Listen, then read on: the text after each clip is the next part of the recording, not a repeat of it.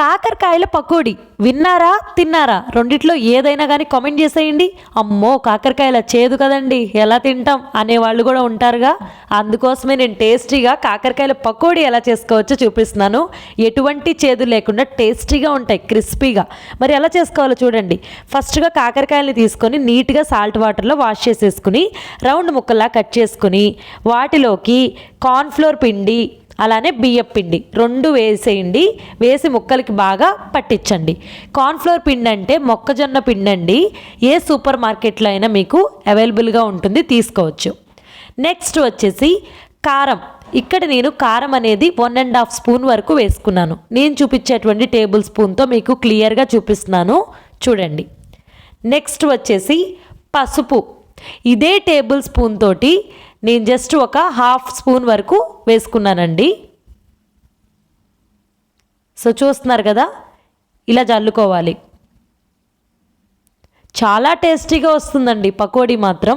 ఒక్కసారి చేసుకొని తింటే మళ్ళీ మళ్ళీ తింటారు, అంత బాగుంటుంది. ధనియాల పొడి ఒక 1/2 టేబుల్ స్పూన్ వరకు వేసుకున్నాను ఈ పెద్ద స్పూన్ తోటి. మీరు తీసుకునే ముక్కలు బట్టి ఈ పొడిలో అయితే వేసుకోవాల్సి ఉంటుంది, గుర్తుపెట్టుకోండి. పచ్చిమిర్చి ముక్కల్ని ఇలా మిడిల్కి కట్ చేసుకున్నాను, మధ్యకి కట్ చేసి ఇలా వేసుకున్నాను ఘాటుకి. నెక్స్ట్ అన్నీ వేసి చూడు నన్నేసి చూడు అంటదంట ఉప్పు. మీ ఎవరికైనా తెలుసా ఈ విషయం? ఎందుకంటే టేస్ట్ రావాలి అంటే ఉప్పు వేయాల్సిందే. కాబట్టి ఇక్కడ 1 టేబుల్ స్పూన్ సాల్ట్ అయితే యాడ్ చేసేసాను. మరి ఎక్కువ కూడా తినకూడదండోయ్, చెప్పాను కదా అని ఎక్కువ ఉప్పు వేసుకోకండే. ఇప్పుడు వేసినవి అన్నీ కూడా ఒకసారి మీరు చూస్తారు అని రౌండ్ అప్ చేసి ఒకసారి చూపించాను, చూసారా? అన్నీ కూడా ఇప్పుడు బాగా ఈ కాకరకాయ ముక్కలకి పట్టించుకోవాలి. ఇలా కలిపాలి నేను చూపిస్తున్న విధంగా. ఈలోగా మనం అలా స్టవ్ ఆన్ చేసేసి కొంచెం వాటర్ని అయితే వేడి చేసుకుందాం. ఎందుకంటే హాట్ వాటర్ పోసుకోవాలి ఇప్పుడు వీటిల్లోకి. చల్లటి వాటర్ అయితే పోయకూడదు, హాట్ వాటరే పోయండి, ఓకేనా? బాగా మిక్స్ అయ్యి మంచిగా ముక్కలకి పడుతుందన్నమాట. సో వేడైపోయాయి వాటర్, సో పోసేసుకున్నాను అంతే. ఈ ముక్కలకి ఇప్పుడు ఒకసారి ఇలా ఆల్ మిక్స్ చేసేస్తే కాకరకాయలకి మంచిగా పట్టేస్తూ ఉంటుంది. సో ఇప్పుడు ఇంకొకటి యాడ్ చేసుకోవాలి మనం. అదేంటంటే ఫ్రెష్గా నూరి పెట్టుకున్నటువంటి అల్లం వెల్లుల్లి పేస్ట్. కంపల్సరీ ప్రతి ఇంట్లో ఉంటుంది కదా, మంచిగా నాన్ వెజ్లు దట్టించి వండుకుంటారుగా. ఎట్ దట్ టైంలో అల్లం వెల్లుల్లి పేస్ట్ లేకపోతే ఎలా మరి? సో అన్నీ ఉండే ఇంగ్రీడియంట్స్తోనే చూపిస్తున్నాను నేను. 1 టేబుల్ స్పూన్ అయితే యాడ్ చేసేసుకున్నాను. ఇప్పుడు ఈ అల్లం వెల్లుల్లి పేస్ట్ కూడా ఈ ముక్కలకి కలిసేలాగా ఇలా కలిపేయండి. ఇప్పుడు కావాల్సింది ఏంటంటే నెక్స్ట్ కరివేపాకు ఆకులు. మరి మన జుట్టు పొడవుగా ఎదగాలి అనుకుంటాం కదా, ఇవి లేకపోతే ఎలా? వీటిని అస్సలు స్కిప్ చేయకూడదు. సో ఫైనల్లీ దీంట్లో ఒక సీక్రెట్ ఇంగ్రీడియంట్ ఏంటంటే వీడియో క్లిప్ మిస్ అయిందండి. నిమ్మ రసం అనేది వెయ్యండి. అప్పుడు ఆ కాకరకాయ ముక్కలు చేదు అనేది తగలకుండా ఉంటుంది, ఓకేనా? ఇది మాత్రం అస్సలు మర్చిపోవద్దు.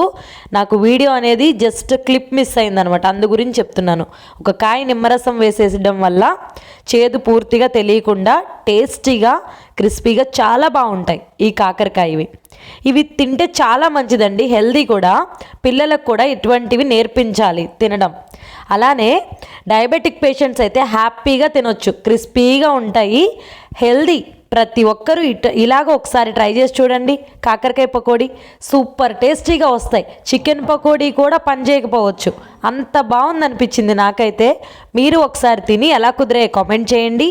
మీకు ఏమైనా డౌట్స్ కనుక ఉన్నట్లయితే కామెంట్ సెక్షన్లో కామెంట్ చేయండి. గైస్ చాలామంది వీడియోస్ చూస్తున్నారు కానీ ఒక చిన్న లైక్ ఇవ్వడానికి మాత్రం మీకు మనసు ఒప్పట్లేదు. సో రిక్వెస్ట్గా అడిగేది ఒక్కటేనండి, నేను పడేటువంటి చిన్న కష్టానికి ఒక చిన్న లైక్ కొట్టారనుకోండి, జస్ట్ నాకు ఒక చిన్న స్మైల్ వస్తుంది. నన్ను హ్యాపీ చేయొచ్చు కదండి ఒక లైక్ కొట్టి. అలానే మీ ఫ్రెండ్స్ అండ్ రిలేటివ్స్కి వీడియోని షేర్ చేయండి, చాలామందికి ఉపయోగపడవచ్చు. మేబీ ఈ కాకరకాయ పకోడీ చాలామందికి తెలియదు కదా. సో ఒకసారి షేర్ చేయండి, ఒకసారి ఇలా చేసుకొని తింటారు, టేస్టీగా వాళ్ళు కూడా హెల్తీగా ఉంటారు. క్రిస్పీ పకోడీ నచ్చేసిందిగా మరి? ఒకసారి ట్రై చేసి ఎలా కుదిరాయో కామెంట్ చేసేయండి. Thanks for watching guys.